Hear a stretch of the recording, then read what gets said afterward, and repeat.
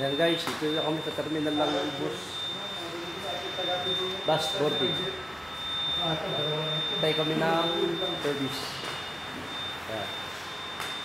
Ako sige, Pogi. Uwi na kami ng Pinas. Uwi na ng Pinas.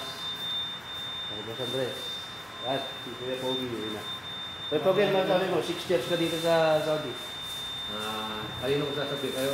Sa mga sa viewers.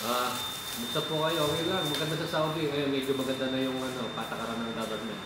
Hindi ka mukha dati. Ngayon medyo open-open ng same like Dubai and Qatar. That's good.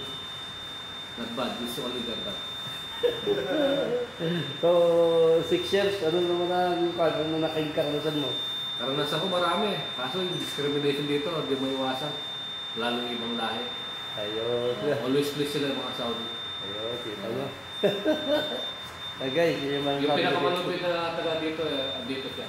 Kaya ito po, si Boss Andres, 30 years na po dito sa Saudi. 30 years ka naman dito? Dito. 3 years pa lang ako dito. Saudi? 2 years pa lang yan. 20. Ako na ako dito. Alam ko, 20 3 years. years ako na dito na yun. Maraming magkakaroon. Anong masasabi sa Saudi? Oo, sabi mo po. I love Saudi Arabia. I love Saudi Arabia. Yun lang masasabi mo po. I love Saudi Arabia. Kasi mapapanood din na rin yun. Ito, 2 years to si Mariano. Yan. Bago lang ako dito. Bago lang kasi magko 2 years pa. Wala kami 2 years, no? Wala pa. Wala pa. Tanong ano maganda sa Qatar o dito? Saan maganda? Dito o sa Qatar? Same. Hindi, mas maganda sa Qatar siguro kasi ito medyo open country na eh. Mas open doon sa Qatar. Oo, para dito sa Saudi. kasi sa Saudi, strict eh.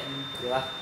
Hindi siya gaano ka-open Ito dito pa sa na Saudi. natin dyan, no? Video Fake news yan sa iyo. Ano malaki yung channel sa Lagi ka naman sabi mo sa Saudi.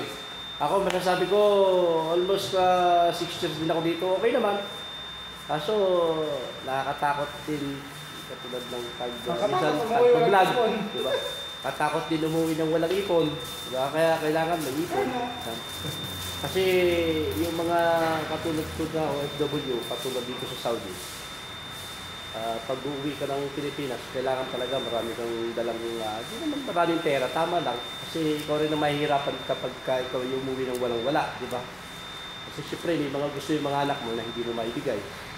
Happy nga, ay syempre kumakalam naman ang sigura mo, di ba? Umunta ka sa tindahan, umunta ko kung saan-saan. Kaya mas maganda pagandaan ng pag-uwi, di ba? Kaya ng bus, no? Si Kuya Pogi kasi ito, uwi na to. Exit na siya, kaya hindi ko alam kung anong plano pa niya sa, kasi 46 na kuya, no? Kaya, tara. Kaya sakay na po kami. Ayan, okay na po.